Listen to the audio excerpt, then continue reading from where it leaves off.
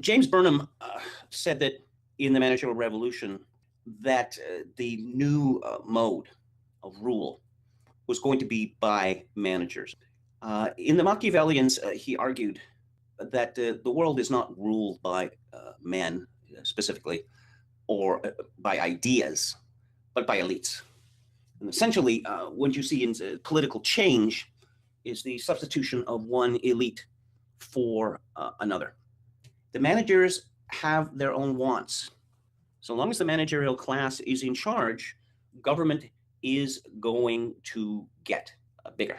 And the managers are going to control more and more. The managerial class represents bureaucrats, it represents social workers, it represents the media. If people were self-reliant in the way that they had been, say 100 years ago, we would see very few numbers of social workers, for instance, or counselors, or therapists. It is the hedonism and helplessness of modern man, which this is to a large extent brought about by the managers because it weakens the bourgeois class and it strengthens their own class. Now, another thing that Francis explains that is crucial to the understanding of the position that Trump is in is, well, this idea of the deep state. And what is the deep state but the managerial class? That Donald Trump or any other leader, he may believe himself to be in charge of the government.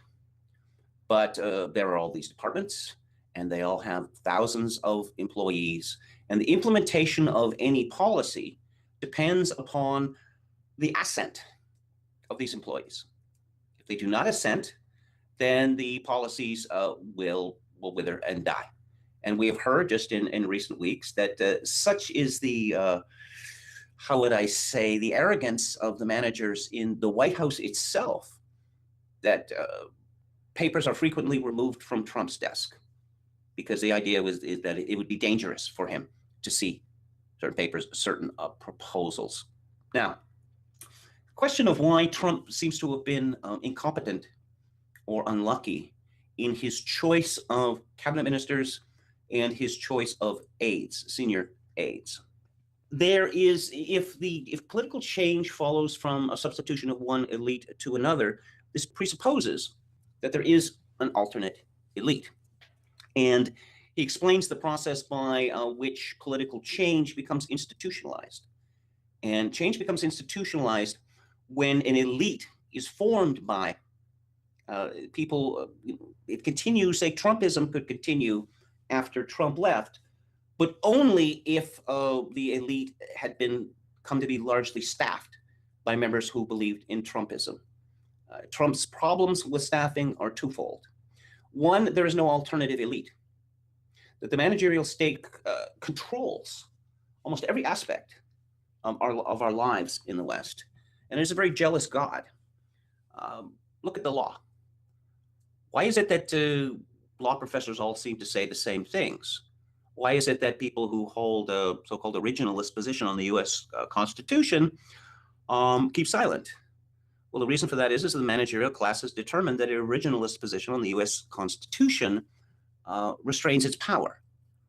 And thus, the legal profession, which is one branch of managerialism, that all lawyers must be trained in the idea that the Constitution is a living document. Now, again, it's pretty easy when you think about it in terms of cause and effect. Oh, why should the Constitution be a living document? Well, one reason, and the most important reason, is that makes lawyers and judges far more important than they were previously. It gives them far more power. And as we have seen again and again during the Trump presidency, far more power than the President of the United States himself. Not just Supreme Court justices, but various justices on various circuits throughout the United States are effectively more powerful than the President himself because they are part of the managerial state, and Trump is not part of the managerial state. Trump represents the bourgeois opposition to the managerial state.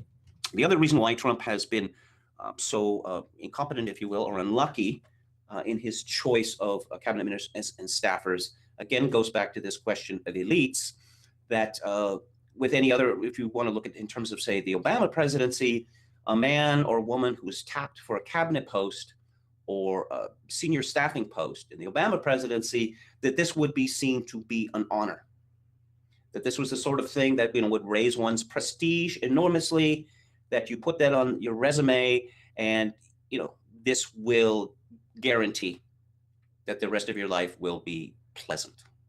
It's exactly the opposite with Trump, and then we find that organizations like Antifa, which it turns out are very deeply connected to the managerial state, have determined that anyone who serves Trump in any capacity, that his or her life is going to be made a misery. And the media celebrates this. The media has celebrated this repeatedly.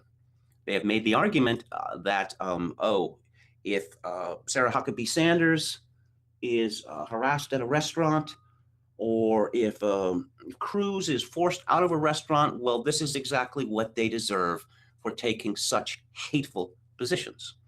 So you see that serving the Trump administration in any significant way is not an honor, but it is a threat.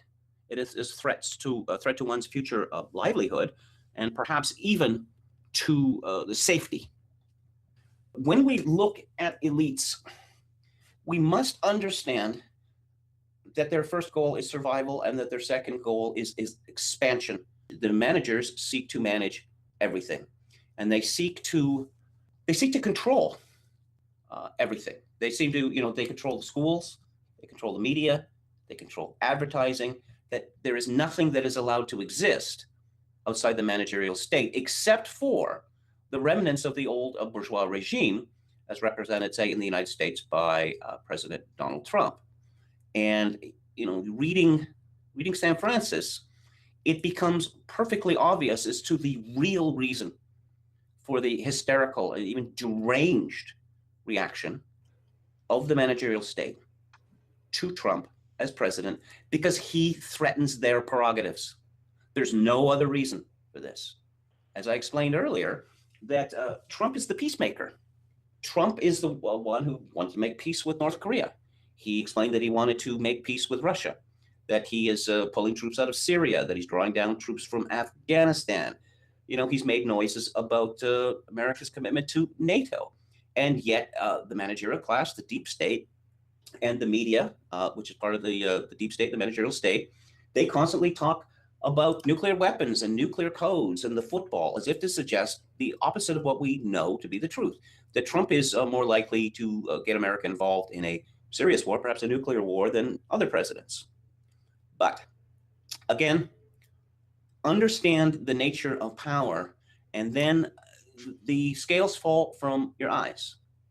This is what we learned from Machiavelli.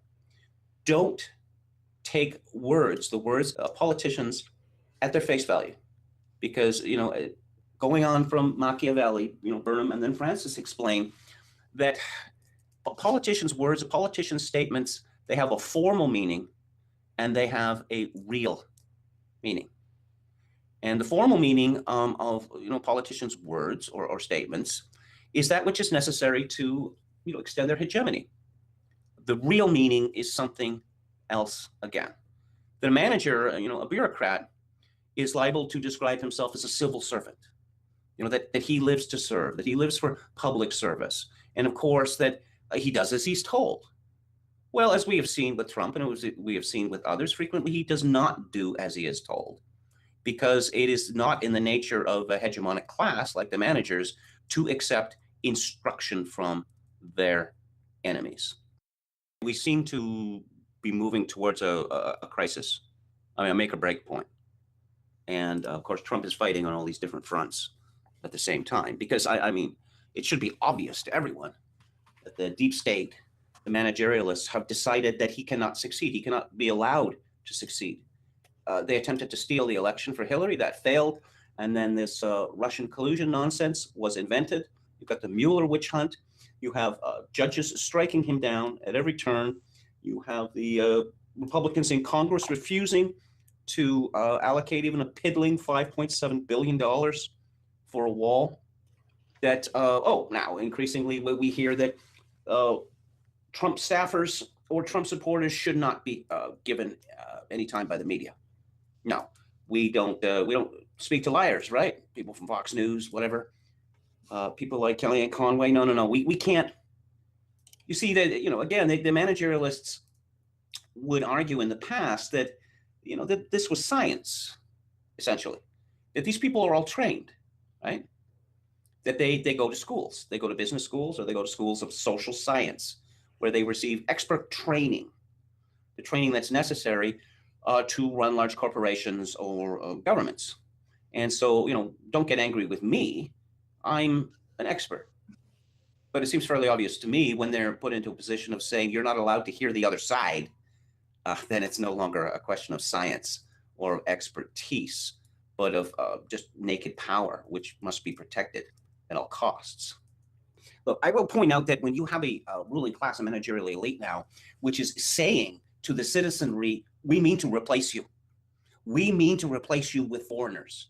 Oh, and by the way, they don't make as much money as you do, so we're going to bleed you dry in order to feed and house your replacements. I would suggest that this is an elite which is determined to commit suicide.